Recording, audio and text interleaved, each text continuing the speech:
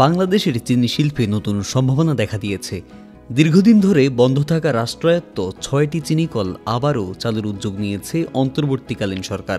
বন্ধ থাকা এই চিনিকলগুলোর পুনরায় চালু হতে যাওয়ায় স্বস্তির নিঃশ্বাস ফেলছেন আখ চাষি, শ্রমিক এবং সংশ্লিষ্টরা।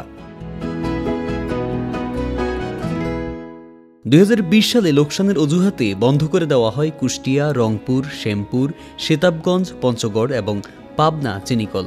এর ফলে চিনি উৎপাদন কমে যায়। বাংলাদেশ ভারতসহ অন্যান্য দেশ থেকে চিনি আমদানির উপর নির্ভরশীল হয়ে পড়ে। আমার যথাসাধ্য চেষ্টা করছি যে আমার পরিবারকে ওরা যেভাবে এক হাত বাড়িয়ে দিয়ে সাহায্য করছেন, আমার পরিবারকে আমি আরো ২ হাত বাড়িয়ে সাহায্য করে একটা পর্যায়ে নিয়ে যেতে চাই। আমরা বিদেশে যে আমদানি নির্ভরতা সেটা আমরা কমাতে চাই, আমরা ক্রাইসিস কমাতে চাই, আমরা সিন্ডিকেট ভাঙতে চাই।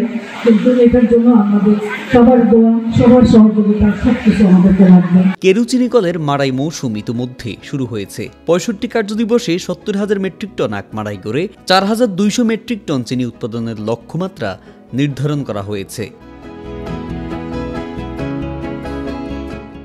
বন্ধ চিনিকলগুলোর সবগুলো পুনরায় চালু হলে দেশের অর্থনীতি এগিয়ে যাবে, কমবে আমদানি নির্ভরতা।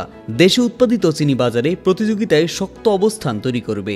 এই উদ্যোগের ফলে চিনি খাতে ভারতের দম্ভ চূর্ণ হবে বলে মনে করছেন সংশ্লিষ্টরা।